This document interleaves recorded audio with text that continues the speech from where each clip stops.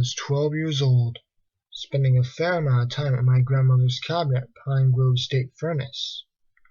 Pine Grove has always been haunted, mostly due to Fuller Lake, a water-filled old open-pit iron mine. Though the Park Service has gone as far as to send divers down to the bottom to prove that no one was killed, many people have seen ghostly horses stampeding from the old stables to the lake and into the water, making it glow a deep blue before disappearing. My story, as far as I am aware, has never been duplicated or replicated. It involves an old iron horse that wasn't quite ready to be scrapped. I was walking back along the old whale bed that runs from Laurel Lake, a man-made lake. It was slightly larger than Fuller, at dusk in June. I did not fear being alone in the woods after dark. I knew the woods and the mountain as well as the back of my own hand, like my father before me. It had just turned fully dark when I noticed something peculiar. It was silent. Dead silent. People that are in the woods will tell you that it is almost never completely silent. There's always some critter rustling through the leaves, a cicada or cricket chirping, a great horned owl hooting its dominance. The fact that there was nothing unnerved me and made me anxious to get back to the cozy little cabin, so I increased my pace. I was more or less speed walking along this deserted, silent trail.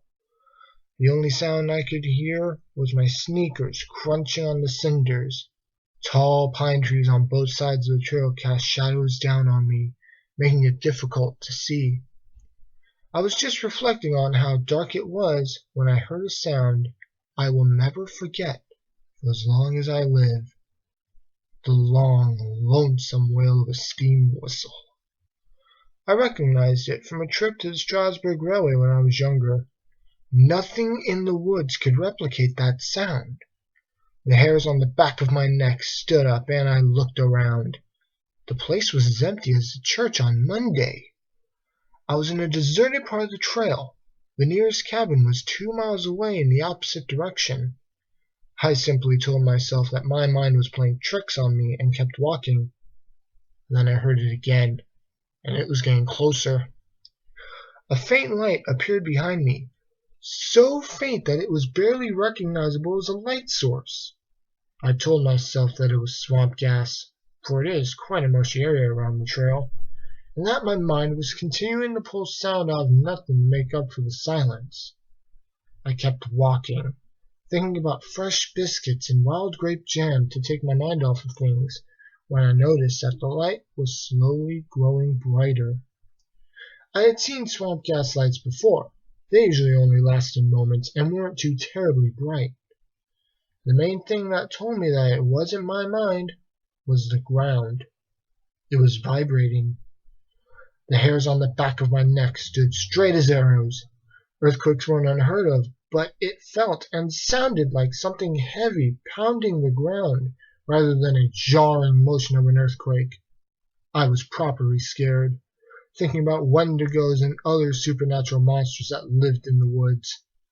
I stepped off the trail and crouched down by a thick pine tree, waiting for whatever it was to go by and let me go on with my business. I became aware of a slow, snorting sound, making me think again of the giant 80-foot Wendigos that turned people into cannibals with their touch. I also realized that the light was growing brighter, and the rumbling of the ground was slowing down. It came around a long, sweeping curve and a crawl, slowing to a stop in front of me. It was a big 6, a 210-2 Baltimore and Ohio operated locomotive, number 6666. It hissed to a stop, its giant driving wheels resting on the bare cinders. It was shrouded in a light blue mist of steam and wore a deep black coat of paint that seemed to suck all available light into it except the bright light of the front spotlight. The steam mist, when it hit me, turned cold. I bit hard on my knuckles and tried to control myself. 2 blue lights were in its cab. As if on cue, one hopped down and crouched in the bushes for a moment. I heard a sound of a stressed steel, then a clank. An invisible switch had been thrown by the ghost fireman. The blue light then took the opportunity to walk slowly around his 91-foot-long, evil-looking locomotive before casually climbing back up the ladder to the cab. I then saw the firebox open, and I heard such a scream. The kind of screams you never want to hear again. The sound of someone being roasted alive. Almost as quickly as it had opened, the firebox door shut with a clang, and then a long, soulfully sad song of the whistle chimed again. Big Six puffed a blue cloud of steam up out of its short black smokestack as it rolled slowly across the invisible switch. It took a sharp, almost 90-degree turn, much too sharp for any real locomotive, and puffed away into the woods. The whole encounter probably lasted no more than 4 or 5 minutes, but believe me, I had seen more than enough. I did the rest of the trail at a dead sprint, and didn't stop until I was in the cabin with the thick wooden door locked behind me.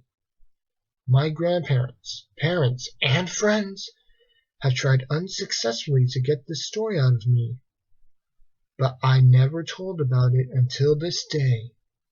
The story about how I had seen one of the scrap Big Sixes that burned people for fuel.